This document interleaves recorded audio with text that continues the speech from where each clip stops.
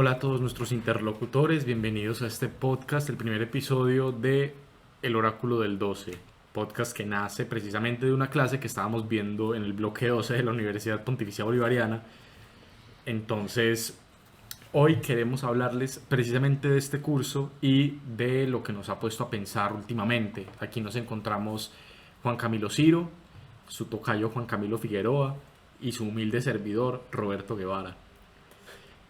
En este momento, pues claro, queremos explicarles un poco y hacer una temática un poco conversada sobre la conclusión y los frutos que sacó este curso que se dio en el bloque 12, que era Tendencias Actuales de la Filosofía.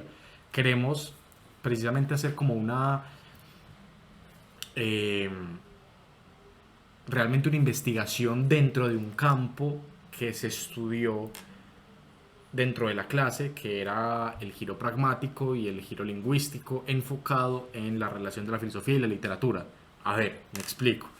En el curso pues vimos muchos trabajos, muchos autores, muchas corrientes y decidimos escoger una para no explicarla, sino literalmente hacer una investigación aplicando lo que estas corrientes nos enseñaron a algo específico, que es en este caso la relación entre la filosofía del lenguaje y Borges. Eh, entonces nuestra propuesta o nuestra pretensión para este podcast, lo que queremos conversar es cómo se relaciona la filosofía de Borges en tres cuentos: el Aleph, Funes el Memorioso y el lenguaje analítico de John Wilkins, dentro de la corriente de la filosofía del lenguaje, que son las nuevas investigaciones que se están haciendo. Esto, pues a ver, ¿qué relación tiene con el curso? Que lo que estamos haciendo es una investigación específica, concreta, de algo que está muy actual en la filosofía, que después del giro pragmático y del giro lingüístico se empezó a investigar desde la epistemología y la ontología. Y es que ya los problemas filosóficos, al menos en esta corriente, ya no se estaban pensando como algo que extralingüístico, sino que el punto de partida es el lenguaje. Entonces, claro, muchas investigaciones muy actuales están en boga sobre este tema y básicamente nosotros lo que queremos hacer es agregar algo nuevo y seguir investigando eso.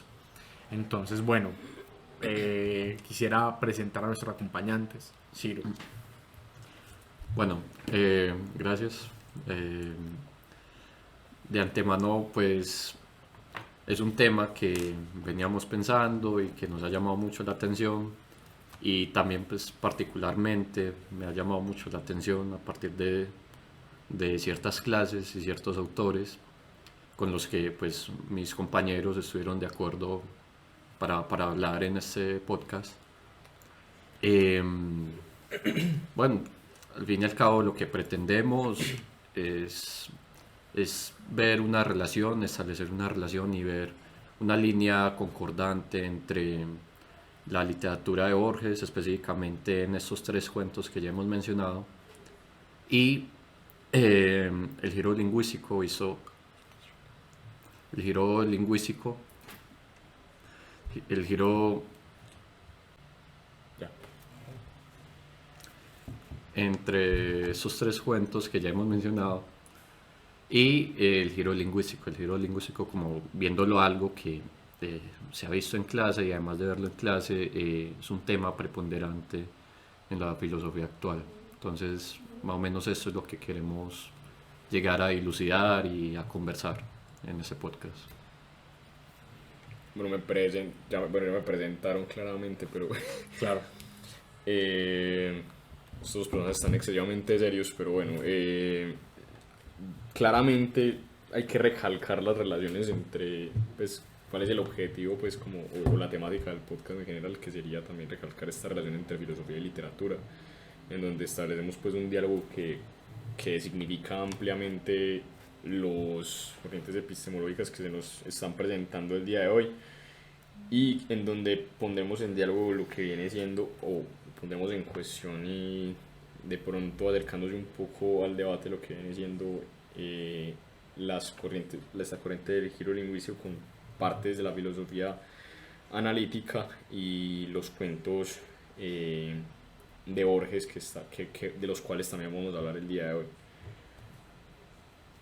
Listo, entonces empecemos con el primer cuento, cómo se ve la relación entre la filosofía y la literatura, cómo se ve la relación entre Borges y lo que él plantea. Primero con Funes el Memorioso. Eh, Hablemos un poco de eso. Vos, Juan Camilo, que ese texto es como el que más te gustó entre los tres, ¿qué nos puedes como decir sobre eso? A ver,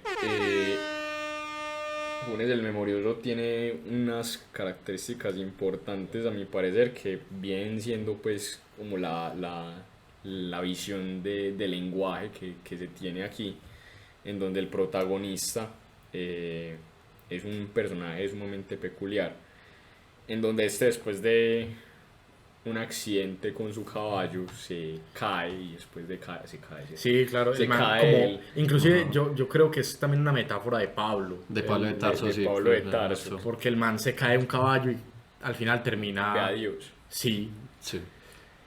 Sí, entonces, es verdad que Sí, este man se cae del caballo y lo que sucede es que eh, después de esa caída queda con un conocimiento supremamente, con una memoria infalible respecto a todas las cuestiones del mundo, respecto a que sus sentidos se agudizan, pero es prácticamente una máquina en donde cualquier experiencia del mundo es descrita de la forma más lúcida posible, pero ese a su vez no es capaz de aprender otro tipo de pensamientos sobre realidades en donde pues el lenguaje está totalmente separado o descarnado de esta noción que se basa en el olvidar para poder conocer. ¿Cómo podríamos, no sé, ejemplificar mejor esto?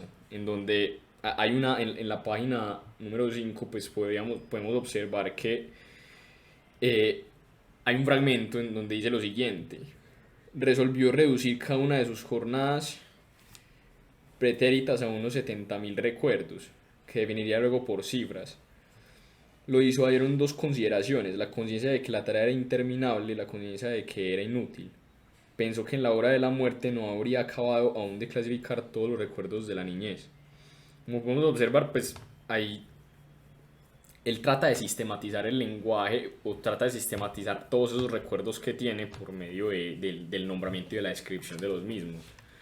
Cosa que es complicada porque entra en una confrontación directa con lo que viene siendo una concepción general de las ideas. y el pensamiento, porque, claro, yo me imagino que, claro, el man no es capaz de, o sea, él recuerda todo, recuerda cada detalle de su día, recuerda muy lúcidamente cada momento que ha vivido, entonces yo creo que, marica, se le vuelve imposible como pensar. A mí me parece, y pues es lo que más me parece interesante del cuento, y es la que se hace ver al olvido, la necesidad de olvido, además de como una necesidad, como una facultad necesaria para llegar a comprender, no solo desde lo deductivo, sino desde expresar una idea general, entenderla desde una generalidad y, y poder ahondar en ello sin ahondar en las trivialidades que puede generar eso. Eh, Creo que Funes es muy buena expresión de eso que a lo que Borges se refiere con realmente la facultad del olvido. Eh, Hace ver el olvido como algo necesario para la escritura, para el conocimiento, para lo que se puede decir y para lo que no. Y, y creo que previamente hay una característica muy con la que nos podemos sentir muy identificados con Funes, bueno, y es que él cree importante cada detalle y el sobrepensamiento de cada detalle lleva a otros más y lleva a que muchas veces no actúe porque él quiere actuar previamente, sino porque quiere catalogar en cada instante de su vida una acción que cree paradigmática para él.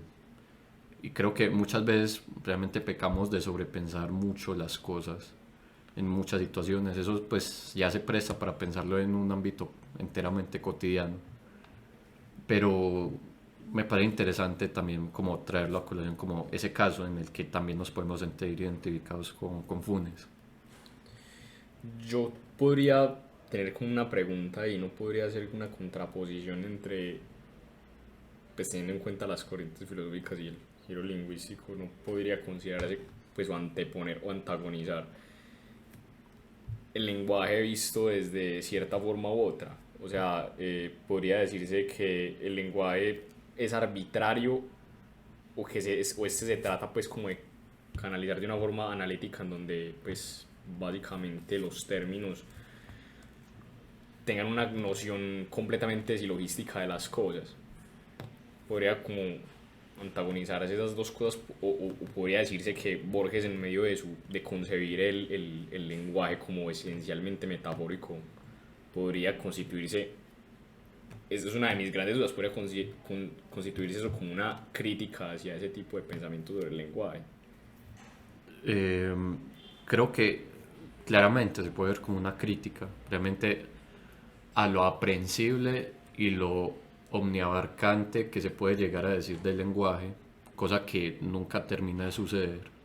Creo que previamente la crítica va en eso, en hacer ver que ni siquiera con la facultad casi pues todopoderosa de Funes para recordar absolutamente todo, ni siquiera con ello deja a un lado lo arbitrario del lenguaje muchas veces, porque siempre va a estar. Ningún detalle, todos los detalles, de todos los detalles que se recuerden, la gran mayoría no van a ser importantes en la vida de Funes, y es que eso es lo que está implícito en la obra. Previamente, Borges en una cita dice que el lenguaje es creación, una suerte de inmortalidad. Funes de algún modo está buscando una suerte de inmortalidad en eso, en recordar todo. Entonces podría decirse o sea, no necesariamente el hecho de encauzarlo todo a una clasificación no refiere necesariamente a una noción amplia de significado. Es decir, para Funes la experiencia vital no se vuelve significativa, todo tiene que ver con un significante como en esencia. No entendí bien la pregunta. O sea, la concepción de Funes sobre lo que él experimenta y por lo tanto conoce a la perfección no le permite tener una semántica de su propia existencia. O sea, no le permite tener una semántica o un significado pues adecuado, solo o sea, interpreta las cosas como en códices, más código que mensaje. Pues podría verse de esa forma, más o menos. Sí, yo creo que sí. Él está obligado a ver las cosas así. Y por eso no es capaz de pensar, precisamente. Él, para él, cada ente debería tener un nombre diferente, un nombre distinto. El ejemplo del perro. El ejemplo del perro, que podemos de pronto buscar la frase.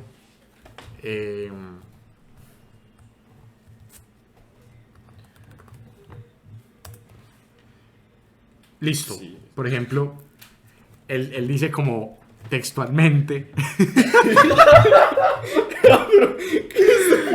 Ya estaba ahí, vos.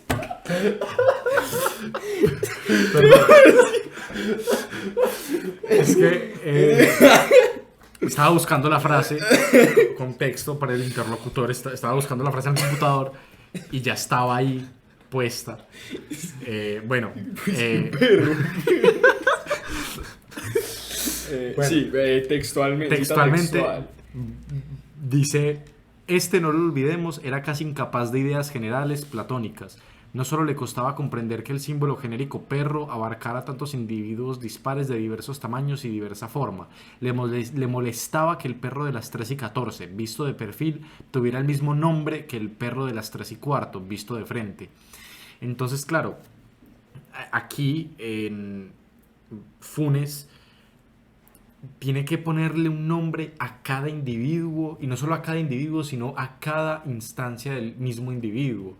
Esto en el lenguaje es inabarcable y es casi que una forma, como decía Juan Camilo, de código en el que todo está escrito en la memoria, pero realmente en el uso no tiene ningún tipo de aplicación y es inabarcable en el lenguaje natural, cotidiano. Eh, pues es realmente imposible porque nosotros necesitamos pensar con abstracciones de ideas generales, como la idea de perro. Es que eso es un problema bastante grande desde el punto de vista en el que Funes lo que hace es dividir en géneros y especies todo ente que exista básicamente. Entonces yo creo que un fragmento que puede representar muy bien este tipo de, pues toda esta forma pues de aprender la realidad sería el que está en la última página, que sería el siguiente. Había aprendido sin esfuerzo el inglés, el francés, el portugués, el latín. Sospecho, sin embargo, que no era muy capaz de pensar. Pensar es olvidar diferencias. Ahí está lo que estaba diciendo Ciro. Es generalizar, abstraer. En el abarrotado mundo de Funes no había sino detalles casi inmediatos. La recelosa claridad de la madrugada entró por el patio de tierra. Ahí hay una característica esencial en tanto que el límite del lenguaje es totalmente, o sea, no se puede aprender de la forma como trata de realizarlo, y ahí es donde eso nos puede llevar pues a otros debates en los otros cuentos que hemos seleccionado para el día de hoy. No sé con cuál quieren seguir. Bueno, entonces me parece muy interesante esta charla sobre Funes. En otro cuento de Borges llamado El Aleph, de hecho es un cuento muy conocido, de los que más se conocen de Borges, eh, pasa algo similar, pasa algo similar. En el cuento se habla de que en el sótano de una casa del primo hermano de una difunta Beatriz se encuentra el Aleph. El Aleph es el punto del universo en el cual se juntan todos los puntos. Es un punto en el cual todos los puntos del universo convergen y está ahí en una esfera y se puede observar. Y ahí, si el que lo observe, pues va a ver simultáneamente todos los sucesos del universo al mismo tiempo, de manera simultánea. Entonces el personaje principal de este cuento es Borges, literalmente el yo poético es Borges. Este observa el Aleph y intenta como describirlo. Entonces, para saltarnos pues como los detalles de la narración del cuento, básicamente lo esencial es que hay como dos personajes principales, Carlos Argentino y Borges, el narrador. Carlos Argentino es el que descubre el Aleph, escribe un poema inmenso sobre el Aleph, gana premio nacional de literatura por ese poema que Borges dice que es muy malo porque intenta representar lo que está en el Aleph. ¿Qué pasa con Borges?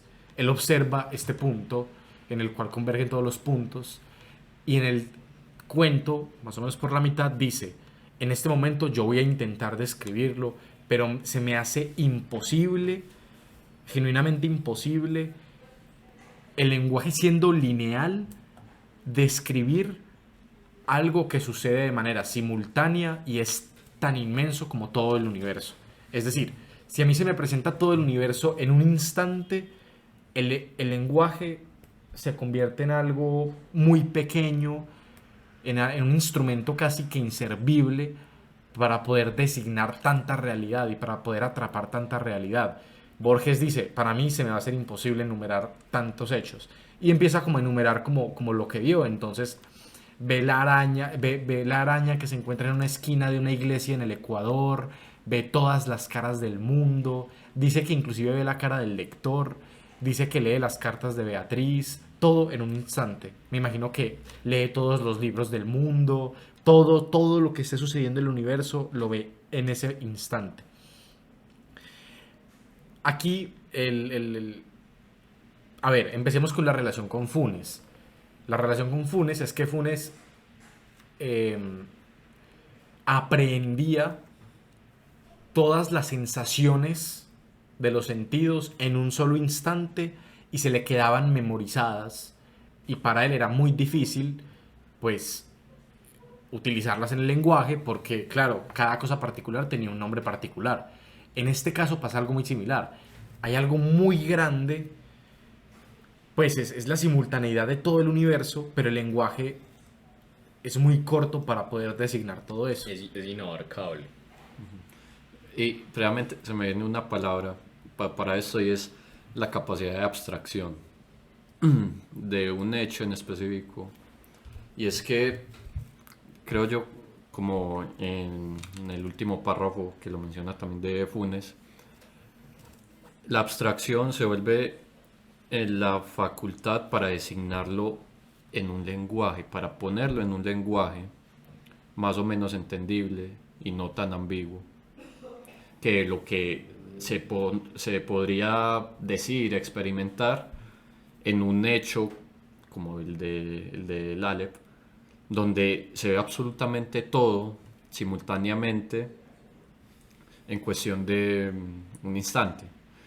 Creo yo que realmente la capacidad de abstracción que pues Borges en su yo poético en el Aleph hace que perdure algo de eso que vio por medio pues de estas descripciones que hiciste, que vio una araña en una iglesia en el Ecuador.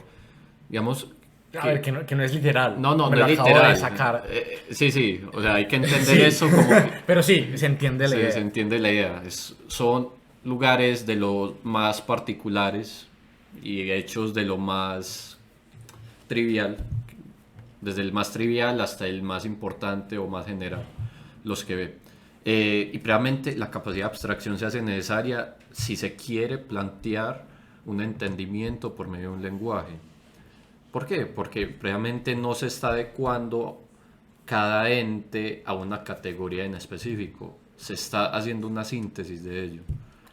Yo tengo una pregunta, lo podríamos llamar como una especie de suerte, pues respecto al lenguaje, una suerte de indiferencia noseológica ante ello, porque no podríamos como ubicarlo en una forma de aprender la realidad exacta. Pero O más... cómo sería. Eso es lo otro a lo que iba. Más que nociológica, bueno, sí, puede ser nociológica, pero claro, Borges, Borges del cuento, no va por esa vía de intentar copiar exactamente la realidad con el lenguaje. El que sí hace eso es Carlos Argentino. Exacto. Que Carlos Argentino escribe un poema larguísimo intentando... Llamado El Mundo. Llamado literalmente El Mundo, intentando representar lo que vio en el Aleph.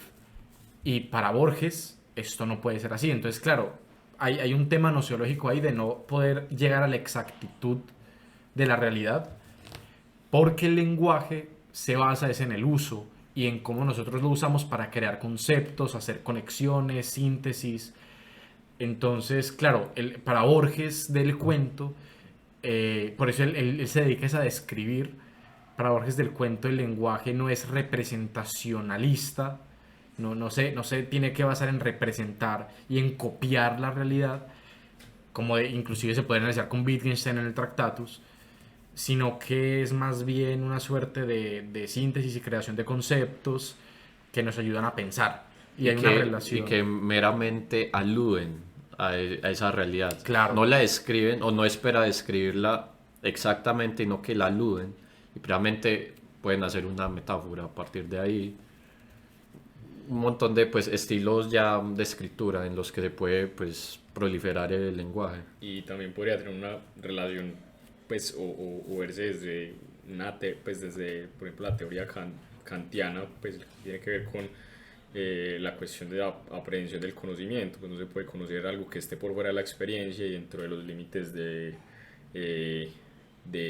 tiempo y del espacio que pues, considera el propio Kant. Entonces, tomando eso como referencia, podría verse que hay una especie de visión un poco, no sé si decirlo de esta forma porque puede sonar poco políticamente correcto, Dígalo, pero una dígalo, cierta visión antimetafísica respecto al que no se puede conocer un concepto que se cree como sustancia pura que esté más allá de una realidad empírica y demostrable, que es complejo, que es muy complejo porque a fin de cuentas no hay espacio para ello, y eso es lo que muestra Leo al concentrar toda esa imagen del universo en sí mismo y de recordar absolutamente todo lo que sucede incluso de forma atemporal a la presencia en el que está el sujeto, pues como incluso cosas que están por fuera de su territorio. Entonces es imposible encerrar en términos, pues, o en un lenguaje común, tratar de representar y encerrar en categorías todo eso que él está observando. Más o menos, no sé, Sí, por claro. ahí va. Eso es- Sí, eso es muy importante. Esa es como la reflexión en torno al lenguaje en el Aleph. Eh, Al final, pues, del cuento hay una relativización donde se le quita un poco como la magia al Aleph que encontró Carlos Argentino. Eh, pero esa es como la idea. No sé si quieren podemos pasar al... O bueno, no, todavía no, podemos revisar otra cosa. Eh, Hablamos pues de la lógica mimética, que es la lógica de Carlos Argentino. En Borges también se puede decir que hay un lenguaje, vamos a ponerle nombre a lo que ya mencionamos, que era lo de la metáfora. Y es que en la metáfora, claro, se utilizan analogías y todo para crear nuevos significados. Esto es lo que en Borges se llama el lenguaje epifánico, que habla de sí, el epifánico que no pertenece a la cotidianidad. Eh, es algo que va más allá y va más como a la creación. Entonces me parece muy chévere como el Aleph es pasado de cierta manera y es rotada la responsabilidad de tener el Aleph. Eso me parece muy genial, porque el milagro debe ser transferido. Entonces, tiene que ser como pasado a otros y Borges nos lo está pasando a nosotros mismos. Por eso es que inclusive en el postdata pues se habla de que hay otros Aleph, que ese de pronto es uno falso. Lo que está haciendo Borges es literalmente pasándonos el Aleph y nosotros lo que hacemos es volverlo a pasar y es una relativización como de esto, es la relativización y sobre todo de la experiencia mística. Por eso hablamos de un lenguaje epifánico, un lenguaje místico, de oxímoron, que es algo que los medievales pues trabajaron mucho. Eso me parece bacano porque en ese pasar el Aleph, pues lo que sucede es que Borges acepta de forma muy lúcida lo que viene siendo eh, la polisemia, la polisemia del lenguaje como tal y de que una comunidad lingüística no puede hablar de una forma que sea impuesta o direccionada de forma tajante, porque es algo, sería muy utópico decir que eso pudiera suceder, que a mí me parece que es una nostalgia pues de hace 2 siglos más o menos, o incluso del siglo pasado, en donde pues se trata de invocar unos cánones específicos, todos los términos lingüísticos y eso no podría suceder de por sí por la afluencia pues de, de cómo el lenguaje se transforma y tiene esa innatez en lo humano. Entonces no podría, no creo que, pues me parece bacano que lo acepte ese componente polisémico de lleno. Porque se dice mucho que el propio Borges lo que siempre tuvo esta obsesión con el lenguaje, incluso él desde el principio con sus primeros ensayos fue muy partidario de establecer unos cánones y una normativa muy específica para que el lenguaje tuviera cierta rigurosidad académica. Al final la tuvo, pero con una consideración completamente distinta, es aceptando esa polisemia precisamente. Claro, y esto va muy en relación con el próximo cuento, que se habla precisamente de que cuando cambia el lenguaje, cambia el mundo. Todas las categorías son arbitrarias, básicamente. Todas las categorías que nosotros usamos de lenguaje son arbitrarias y dependen es de nosotros. Intentar encontrar la esencia del universo es algo complicado y es lo que Borges intenta no hacer. No es necesario duplicar la esencia del universo en el lenguaje, sino que lo asombroso como del lenguaje, pues no es como retratar el mundo, sino usarlo como instrumento que nos permite su revelación simultánea. Eso es muy místico, me parece muy genial. Inclusive se puede ver en la propia escritura de Borges. El Borges, como decíamos ahora, el Borges joven es muy barroco, es muy... rebusca mucho las palabras y el último Borges es muy simple. de ideas muy poderosas, pero con un lenguaje muy simple. Entonces la transparencia del lenguaje, eso me parece muy valioso. Previamente, así como pues dato curioso, en una de sus últimas entrevistas, Borges menciona que él considera que su mejor libro es el libro de la arena, uno de sus últimos libros, precisamente porque nota esto a lo que acabo de decir Roberto, y es que a partir de su experiencia en la escritura se dio cuenta de que verdaderamente se escribe bien y se puede empezar a escribir bien en el momento en el que se puede trasladar una idea de lo más simple, aunque importante, de una forma entendible en el lenguaje. Y no solo entendible, sino que un hecho cualquiera se puede simbolizar de una forma concreta y sencilla, y que no por sencilla quiere decir pues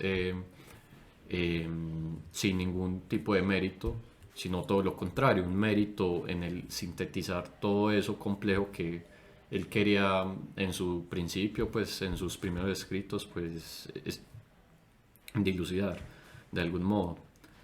Una especie de claridad en la escritura que claramente se consigue después de muchos años. Bueno, creo que ya sería como momento de dirigirnos al próximo y último cuento, que sería El lenguaje analítico de John Wilkins. Cuento bastante corto, 3-4 páginas a lo mucho. Bueno, es un cuento de esos que, aunque sean cortos, uno siente que se referencia a muchos autores en cuestión de 3 páginas. Y Borges vuelve a jugar una característica muy principal de él, y es el jugar entre eso real y lo ficcional, algo que él se inventa, autores que uno de verdad no sabe si es que son reales o se lo está inventando. Bueno, eso pasa en ese cuento. En el caso de John Wilkins, pues efectivamente existió, fue un naturalista y filósofo y lingüista, si no estoy mal, del siglo XVI, inglés, que uno de sus proyectos en vida fue establecer un lenguaje analítico, es decir, un metalenguaje donde cada cosa se pudiera referenciar a partir de este por medio de categorías, acepciones de cada palabra, a modo de una taxonomía, digamos, descriptiva de todo objeto. Acá me parece, y con lo que decía anteriormente Camilo, vi una definición de la Real Academia Española, de la versión del 68, en el que da como una definición de qué es el lenguaje natural, es decir, el que hablamos en una comunidad. El lenguaje natural, acá empiezo a citar, el lenguaje natural es un sistema adaptativo complejo que surge a través de las interacciones entre individuos y continúa evolucionando con el fin de mantenerse adaptado a las necesidades y capacidades de sus usuarios. El lenguaje es dinámico, de acuerdo a esta cita. Creo yo que acá se ve una muy buena definición de lo que se podría llamar o se podría pues, relacionar con los juegos del lenguaje. Un lenguaje que está en constante movimiento, que no se detiene en solo una acepción, sino en varias. Esas mismas acepciones las forma la misma comunidad. Sí, claro, y precisamente eso abre es lo que permite hablar de los lenguajes no privados, que los Exacto. lenguajes privados no pueden existir, porque necesitan de una validación, necesitan de una corrección, de una dinámica en una comunidad. Por eso, inclusive, pues, para Borges, también la creación de un lenguaje artificial simbólicamente secreto y perfecto es imposible. Bueno, y a grosso modo, pues, ¿qué se dice en el cuento? Bueno, John Wilkins, su ensayo sobre la naturaleza del lenguaje, libro que efectivamente también existió, intenta establecer eso que ya dije, pues una taxonomía lingüística, un lenguaje analítico con el que espera nombrar cada cosa. ¿Cuál es la crítica de Borges hacia esto?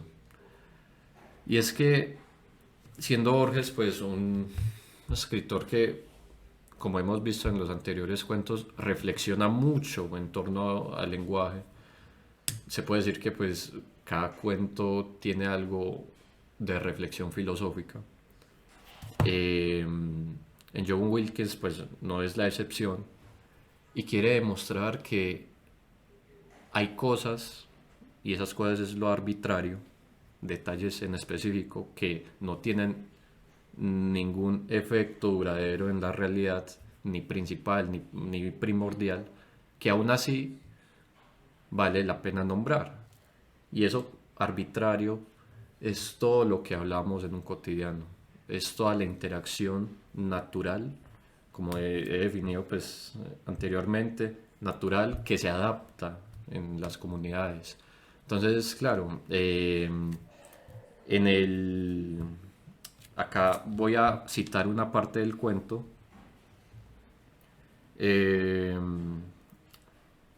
Espere. Claro. Sí, Pero, espéreme un poco, si quiere. Pero...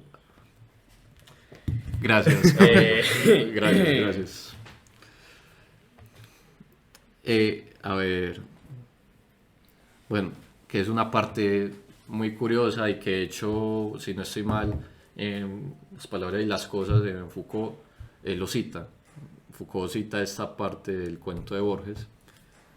Y es que, bueno, Borges empieza hablando de un tal Franz Kuhn. Personaje no existe. Y habla de una enciclopedia china que se titula Emporio Celestial de Conocimientos Benévolos, cosa que tampoco existe.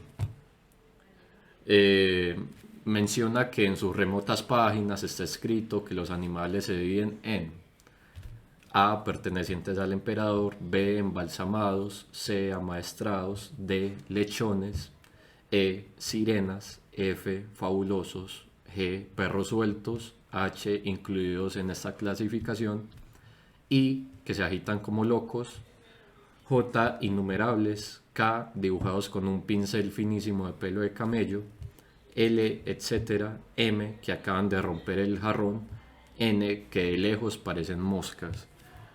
Borges, ¿qué quiere con esto? Y por más que haya citado un autor inexistente, un título inexistente, que si uno no lo busca, pues no creería que es real de algún modo. Borges, con esta clasificación, hace, digamos, ¿cómo es que? Una metáfora, más que metáfora, sátira. una sátira. Sí, es como satírico. Sí. Sí, es... Pues no sé a ustedes qué les Sí, parece. sí, a mí me suena. A mí me parece satírico porque me recuerda mucho a lo que viene yendo, por ejemplo, Rabelenga, Gargantúa y Pantagruel también hace lo mismo. Hace una cantidad de divisiones en géneros y especies inconmensurable, excesiva y ambiguos, y totalmente con una ambigüedad extrema, en donde uno dice, pero ¿cuándo vas a parar? Entonces es algo supremamente particular. Yo creo que es bastante satírico por ese lado. Inclusive, claro, es la forma también de Borges de decir que todas las clasificaciones lingüísticas que hagamos son arbitrarias por el simple hecho de ponerlas nosotros. Que los lenguajes tienen que ser naturales, no van a representar la esencia de la realidad, sino que son formas de clasificación que nos sirven a nosotros. De hecho, es que me parece muy, muy bello, muy chévere, porque básicamente lo real del lenguaje es lo imposible del lenguaje. O sea, el lenguaje lo que hace es clasificar y para esta gente de esta enciclopedia, esta clasificación era la verdadera y era como se organizaba el universo. Para nosotros en este momento nos parece una estupidez. Pues, clasificación de animales, embalsamados. Y todo ello sin dejar de reconocer al lenguaje como realidad primigenia de la filosofía como tal, Claro. que en eso consiste el giro lingüístico de por sí. que a mí me parece que, hablando pues como de una génesis filosófica, ese siempre ha sido el problema, solo que hace poco con el giro lingüístico fue cuando en realidad se le dio nombre a ello. Me recuerda mucho el problema entre nominalismo y universalismo, pues que todo tiene que ver con una generalización del conocimiento, una particularidad del conocimiento y el lenguaje. Claro. Anteriormente era un problema más noceológico, yo creo que ya ha pasado mucho más al ámbito del lenguaje. Era más desde la aprehensión de cómo se conoce y no tanto de la aprehensión de qué se dice, qué se habla y cómo se nomina tal o cual objeto o entidad. Se encontró la importancia del lenguaje para hacer filosofía, básicamente. Y este tipo de enumeración, o sea, ¿cuál es la diferencia entre enumerar como eh, o- eh, animales del emperador, animales que de lejos parecen una mosca, animales embalsamados, y decir mamíferos, herbívoros, carnívoros? vivíparos, sí. Es algo, claro, es una analogía interesante.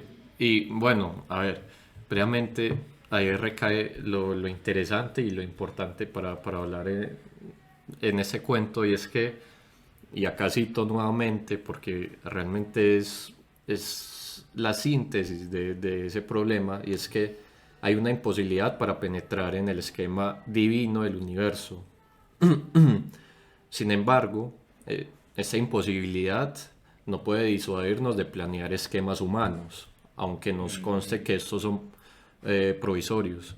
Hay que tener en cuenta eso, y es que todo esquema lingüístico, toda práctica es provisoria, al fin y al cabo, Podría- porque Y se evoluciona. evoluciona, Podría tal también- como, o sea, es dinámica, y al mismo tiempo que es dinámica, evoluciona con pues, los contextos de cada época, de cada persona, con incluso la importancia de lo que se habla. Hoy en día puede ser importante hablar del giro lingüístico o de cualquier otro tema, dentro de 100 años puede ser algo totalmente diferente. Y claramente, yo creo que también se puede dar incluso una visión desde el ámbito científico. Por ejemplo, el método de la falsación, Karl Popper demuestra eso. Todos los partes científicos que se dan van sucumbiendo ante el surgimiento de nuevas teorías porque no se consideran como definitivas, y estas tienen que ver directamente con el lenguaje.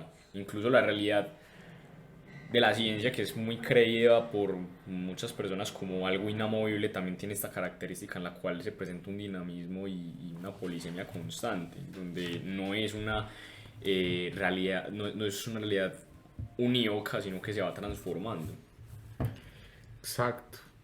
Eso va cambiando a lo largo del tiempo, los paradigmas van cambiando. Entonces se puede hablar de una especie de relativismo, a la manera de, como no de que la verdad sea relativa, sino en la medida en que nosotros ponemos nuestros esquemas, y cuando cambia el lenguaje cambia el mundo para nosotros, porque estos esquemas son para nosotros como seres humanos. Claramente.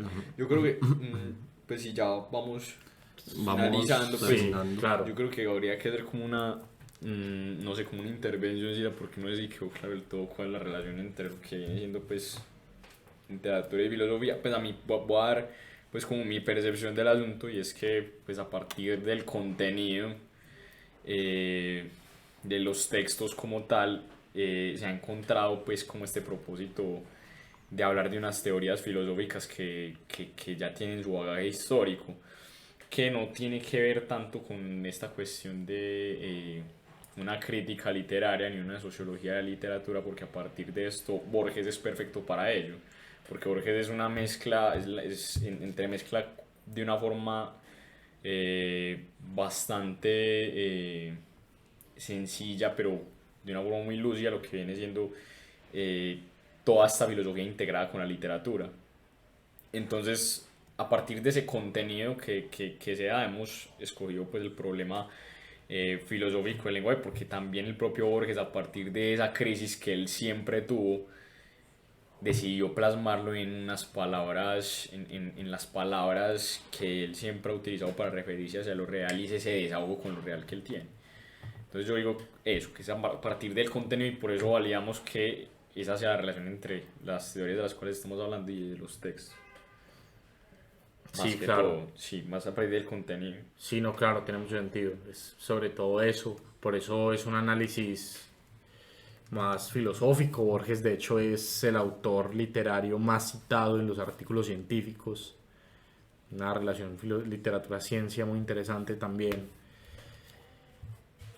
Y sí, entonces básicamente la conclusión de todo esto es que hay unas tendencias actuales en la filosofía que están muchas de ellas poniendo como primera instancia el análisis lingüístico para corroborar que no estamos primero teniendo un pseudo problema y segundo, si verdaderamente está el problema, como Borges lo pudo como intuir, pues analizarlo también como desde el propio lenguaje, porque la relación lenguaje-pensamiento está clarísima. Yo creo que en los tres cuentos nos hemos dado cuenta que hay una relación muy estrecha entre lenguaje y pensamiento, que es básicamente el estudio desde el giro lingüístico y pragmático, en donde el lenguaje tiene ya el protagonismo en las reflexiones filosóficas.